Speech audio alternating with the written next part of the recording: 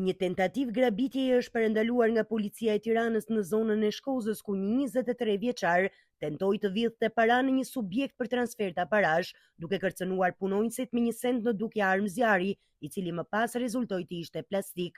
Sipas policisë, ngjarja u regjistrua pas njoftimit se një shtetas kishte hyrë në ambientet e subjektit dhe nën kërcënimin e një arme të dyshuar kishte tentuar të merrte një shumë parash.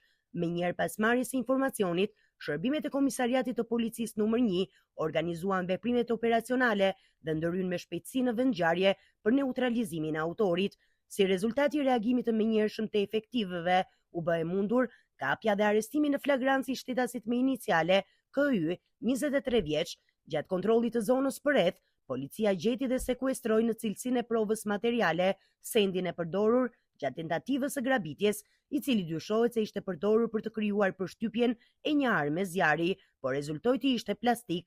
Fatmirësisht nga ngjarja nuk raportohet për persona të lënduar, ndërsa tentativa për vjedhjen e parave u neutralizua pa pasoja.